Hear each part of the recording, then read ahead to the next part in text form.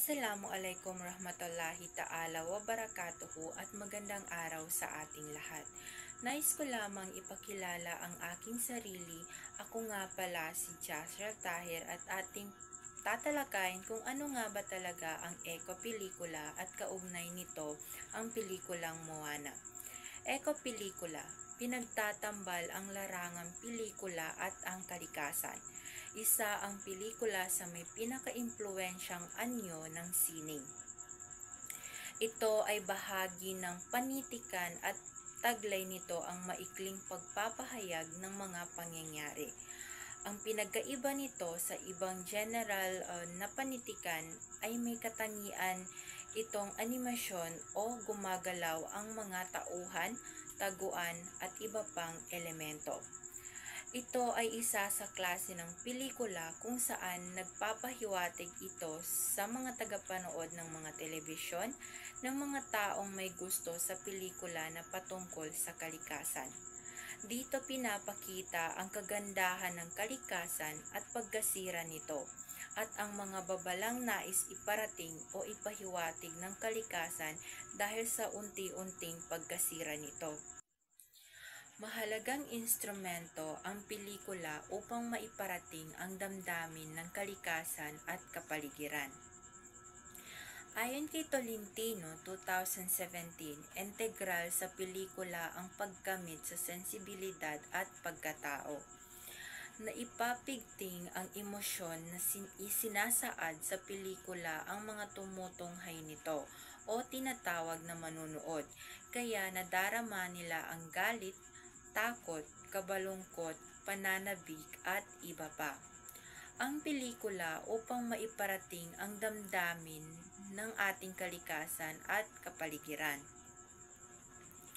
Ang eco-pelikula ay parang base sa kung ano nga ba ang nangyayari sa ating kalikasan. Dito makikita, mapapanood o mababase sa ating karanasan bilang isang tao at isa din ang eco-pelikula na nagbibigay ng mga alintuntunin sa mga tagapanood. Eco-pelikula ang ipinangalan sa pelikulang may malasakit sa pangangalaga ng kalikasan. Ginigising nito ang kamalayan ng ugnayan ng tao sa kalikasan, binubuhay nito ang pagkakarugtong-rugtong ng buhay sa planeta nating daigdig. Balanse o timbang ang kaganapan ng buhay kung may mayamang kalikasan sa paligid ng isang tao. Ang eco-pelikula ay pinagtambal na pelikula at kalikasan, kagandahan o pagkasira at babala ng kalikasan ang makikita sa larangan na ito. Isa sa halimbawa ng eco-pelikula ay ang pelikulang Moana. Halimbawa ng Moana. Review ng pelikulang Moana.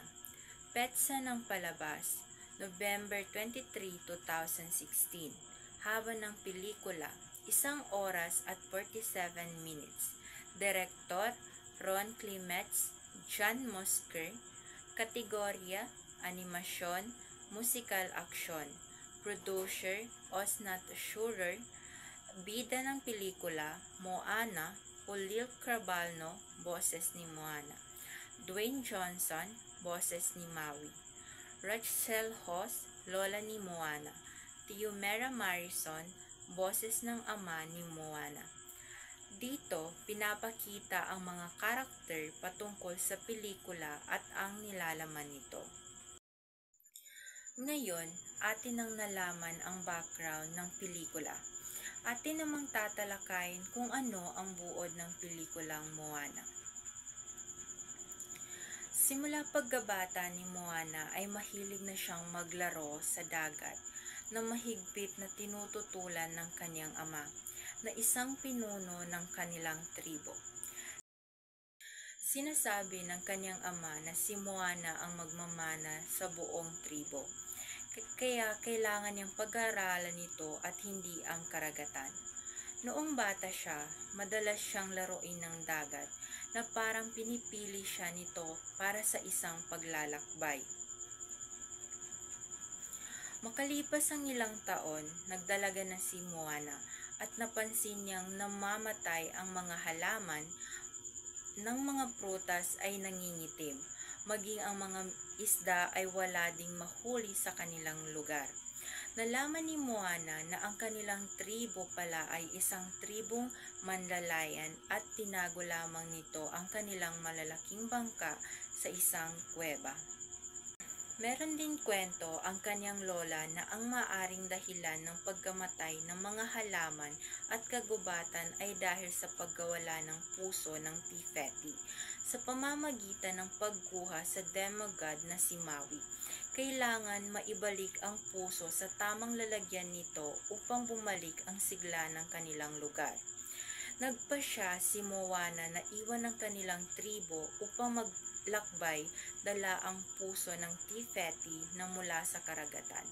Kailangan niyang hanapin si Maui upang matulungan siyang maibalik ito.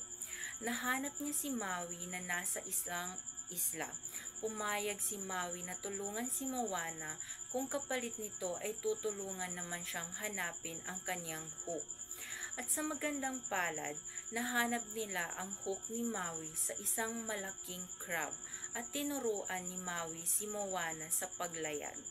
Nang malapit na sila sa isla na kung saan ibabalik ang puso, biglang lumitaw ang isang dambuhalang apoy at natapon si Moana at Maui sa malayo. Dahil sa pagkakaroon ng crack ng hook ni Maui ay nagalit siya kay Moana at iniwan ito.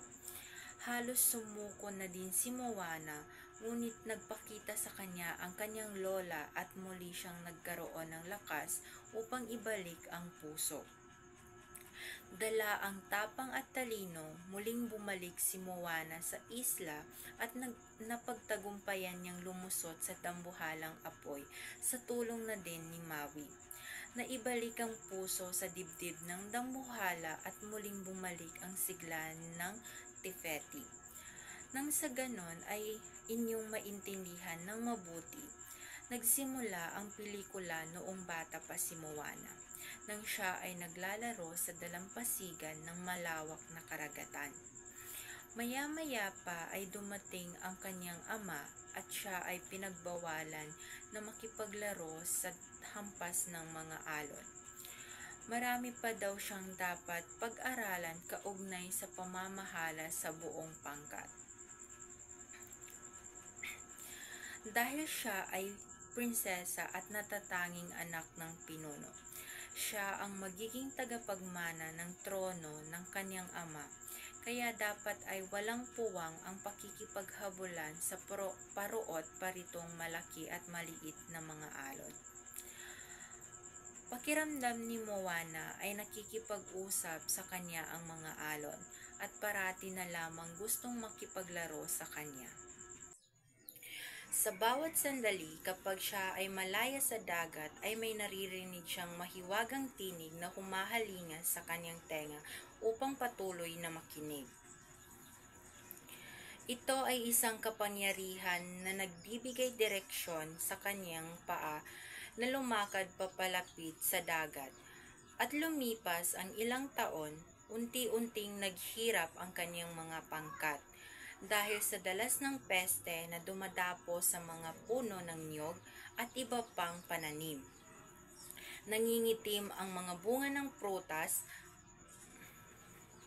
Samantala, kahit sa malalim na laot ng dagat ay bihira ng makahuli ng mauulam na isda ang mga mangingisda. Isang araw, dahil na rin sa pagkukwento ng kanyang lola, natuklasan niya ang nakatagong bangka sa kuweba. Sadyang likas na matalino si Moana at pinagdugtong-dugtong niya ang kwento ng kanyang lola. Tinanggap niya ang hamon, nasa kanyang palad lamang ang kaligtasan ng kanyang kalahi. Kailangan niyang bagtasin ang walang kasing lawak na karagatan at makipagtuos kay Maui upang muling pumitig ang puso at mabuhay si Tifeti. Sa isang isla, natagpuan niya si Maui. Sumang-ayon yun na tulungan si Moana kung maibabalik niya ang sima o pain o tinatawag na hook sa pagpanghuli ng isda. Nakuha nila ito sa bunganga ng isang dambuhalang alimango. Tinuruan ni Maui si Moana kung paano maglayag at madaling natuto ang dalaga. Nang malapit na sila sa pook na pinagtataguan sa puso ng Te Fiti, inihagis ng dambuhalang apoy sila Maui at Moana. Nagkaroon ng biyak ang sima ni Maui, kaya sa sama ng loob nito ay iniwan niya si Moana. Nakakuha ng lakas ng loob si Moana sa alaala ng kanyang lola, na parang nagpapakita sa kanya upang buuin ang kanyang loob. Sa bandang huli, nagtagumpay si Moana na makipagtuo sa dambuhalang apoy. At mas lalong naging masaya si Moana nang bumalik si Maui upang matulungan na ibalik ang puso ni Te Fiti. Sa isang iglap, gumaling ang sugat ng kalikasan, naging luntian ang buong paligid, naging payapa ang mga alon at mabangong simoy ng hangin dahil sa mga lumitaw na bulaklak sa paligid ng isla. Atin namang pag-uusapan ang pagsusuri sa pelikulang ito. Marami ang aral sa buhay ang matutunghayan sa pelikulang ito. Una, kailangan pangalagahan ng tao ang kalikasan sapagkat ang pagpapatuloy ng buhay ay nakasalalay sa mayamang kalikasan na handog ng Diyos. Ang hindi pagsuko, kahit gaano kahirap ang iyong pinagdadaanan, ay nagbubunga pa din ito ng tagumpay. Pangalawa, maaaring mabigo sa unang pagkakataon, ngunit kung magpapatuloy ka ay makakamtan rin ang pangarap mong marating. Ang panghuli, laging pinagpapala ang mga may mga mabuting puso at pinaparusahan ang mga masasama. Ngayon, atin namang inyong panoorin ang maikling bahagi ng pelikulang Moana. For generations, this peaceful island has been home to our family. But beyond our reef, a great danger is coming. Legend tells of a hero who will journey to find the demigod Maui. And together, they will save us all.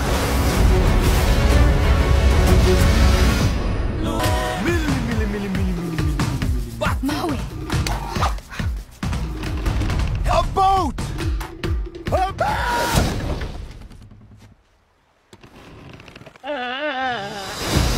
Maui? Shapeshifter? Demigod of the wind and sea? I am Hero of men. What? It's actually Maui, shapeshifter, demigod of the wind and sea, hero of men. I interrupted from the top, hero of men. Go. I'm not going on a mission with some little girl. This is my canoe, and you will journey to different... Did not see that coming. The ocean is a friend of mine. First, we've got to go through a whole ocean of bad. Kakamora. Kako, what? They're kinda cute.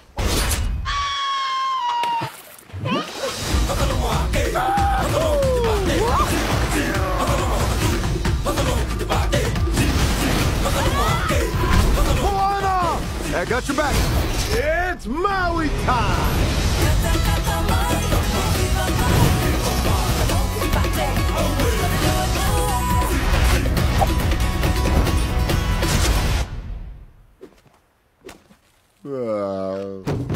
Really? Blow dart in my butt cheek. We're going to the realm of monsters? Don't worry, it's a lot farther down than it looks.